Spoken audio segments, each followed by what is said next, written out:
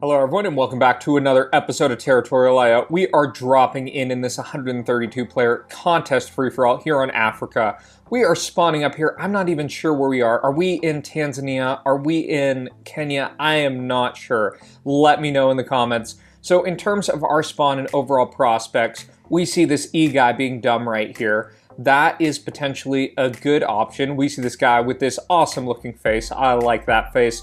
They look like they are angry. They are not expanding the most efficiently, but things are looking okay. I'm also simultaneously looking around considering the prospects in Madagascar. I think that could be a good idea just in general of potentially sending over a boat. I think there's a big risk there, and I think I might just go for this for right now. Unfortunately, in terms of my dynamic, it looks like some people around me got a little bit better of a spawn, and I'm gonna do one little attack right here just to punish slightly. I don't know how conscious this other person is in this game. So our boat is coming down here. Just given the fact that this bot spawned, okay, they're going for each other, so that's good for right now. And I think I'm gonna go for this. Oh my god, I might get the Madagascar play. That could be really, really good. The one downside is I'm going to eat a lot of hits. Oh no, I'm not, because someone else left. See, this is one of the weird things about TT.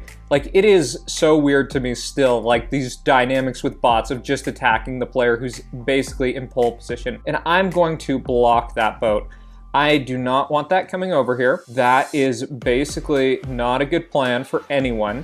And that is good that they turned around. So I'll let that boat go away. And is this person in the game? So we're getting attacked here, and that's not great, but hopefully we have an opportunity to carry. Actually, I think we've seen this guy. This Corgi guy was in one of our other videos. So he got to the end. So he's capable of getting to end game.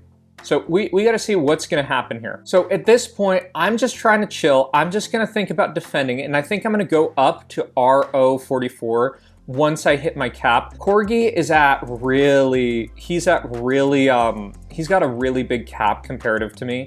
And actually, I might not do the play on RO 44 just because I think Ben will probably take them out. One of the things you gotta think about in these type of contests is basically who's gonna go in what direction and why. And wow, this Don't Betray Me guy got like a ton of land, and it doesn't look like there's anyone around there that's gonna be able to punish them. And it actually looks like RO 44 is not going to be punished for their oversending, and that is kind of a not great situation. In terms of what I'm thinking, I'm a little concerned about, well, one, I'm concerned about Corgi down here. I do not want to deal with any of effectively that. And I think I should probably be heading up this way. I know it's a little risky about the full send dynamic, but I really think I want to try to go for this. Hopefully this RO 44 guy has built up anger towards someone else, and I'm gonna take the risk of the full send. Full send could be absolutely disastrous here. And as you can see, that was pretty disastrous for Corgi. And I think given that one attack,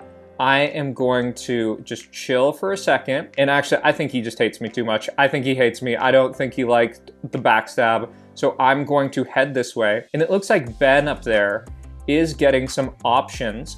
And I just need to simultaneously be aware of the boats and such from potentially Corgi and the Siren person. I think that is gonna be one of my challenges this game. So let's take this. I see myself as a bit on a timer with basically these overall dynamics of these people coming down here, that if I do not do something, I think I'm going to pay the price later. So that is a little bit of a risk. I'm gonna go for one other risk here, just because I think I need the land.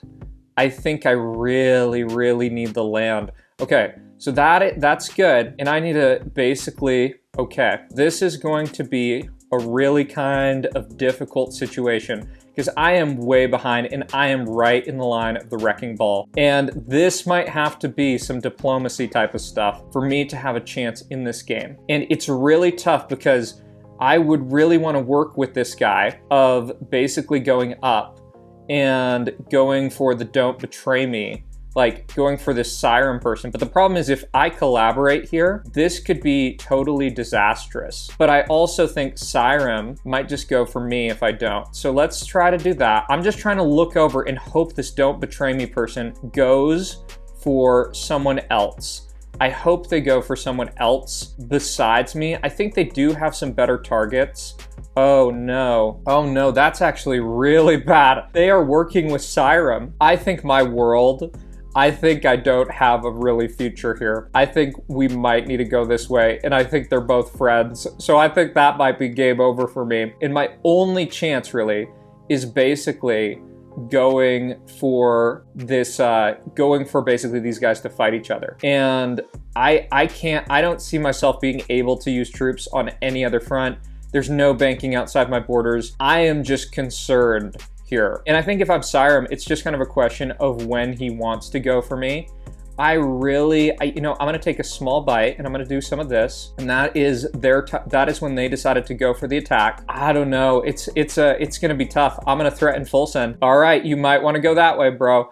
So Don't Betray Me has threatened me or has helped me out. So that is potentially, my only way I see myself getting out of this game is if they basically self-destruct on each other. And honestly, I don't feel like I can Don't Betray Me because they kind of saved me, man. They kind of saved me. And really the question I see this game is, well, I think it's gonna be a fight between Siren and Don't Betray Me. And Don't Betray Me slowly gonna win. But the question is if everyone else can kind of clean up their part of the map beforehand. And I'm gonna actually start banking troops because, well, Ben probably has some better prospects. I need to actually be really careful with that. I'm just hoping Siren full sends and that potentially the people on the other side of the map, that they have enough time for taking out Don't Betray Me. So you might say, like, watching this is pretty scum, but this is freaking a contest. And I actually don't think I can Don't Betray Me. And even betraying Siren right here looks a little bit kind of iffy in terms of what I want to do. And maybe I actually should have helped Don't Betray Me earlier, but sometimes it's really hard to see in these positions thinking if people will team up, and Don't Betray Me they're probably gonna go down. So I'm starting to look like the smallest fish in the pond now, and this is gonna be pretty disastrous because I think Ben is gonna go for me.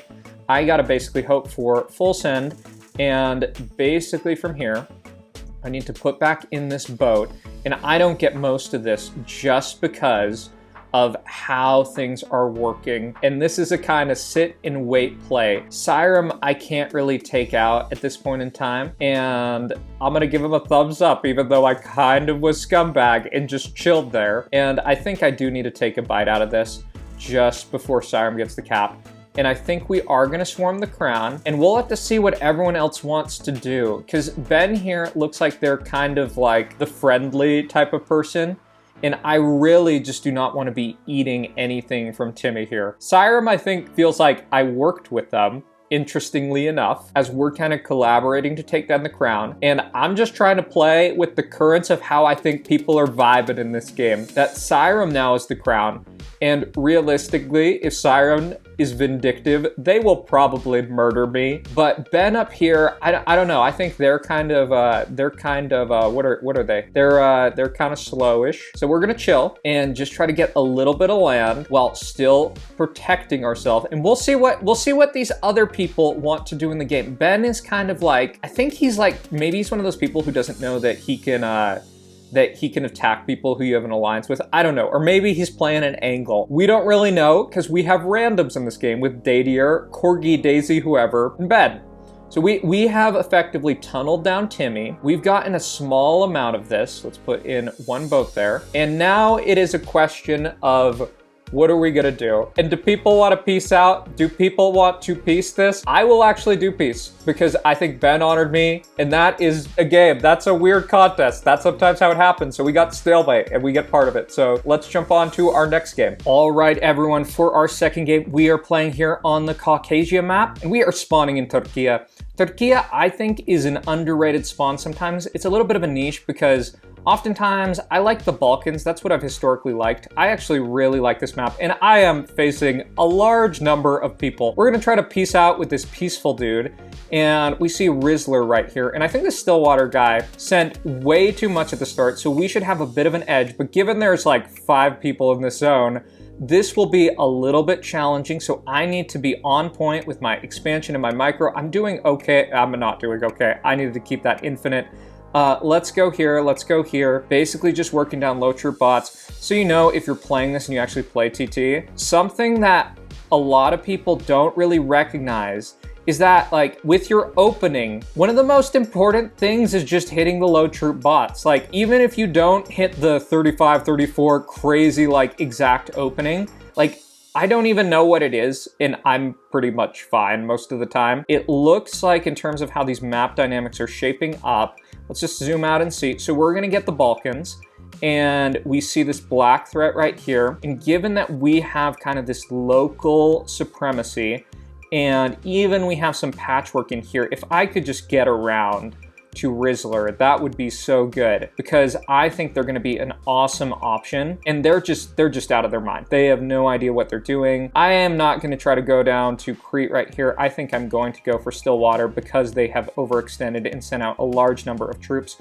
just getting in through here, and I'm going to stop Stillwater right there, and I'm gonna go for Rizzler just a bit because I don't want to open up that front with the Russia guy just yet, even though, to be very frank, it honestly would be fine to open that up, and I think I'm going to, just because I don't want to get knocked off. I think this is a random guy who left. Now it's time to start expanding prospects, head over here to Crimea to that bot, and given that there's a Russia guy right here, you know, I don't know if Russian people generally get tricked, and look at that, we got crown, double Russia flag.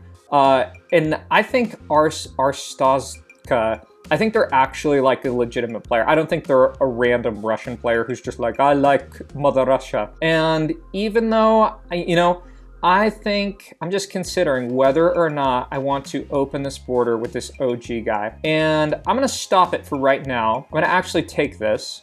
Oh, no, I'm not gonna take it. And I don't know whose boat that is right there, but I don't feel like it's gonna be as good if they get over here. Multi-front war, not necessarily as good of a choice. So Ola is not happy about that. People generally don't like it when you boat over to these type of places and such like that.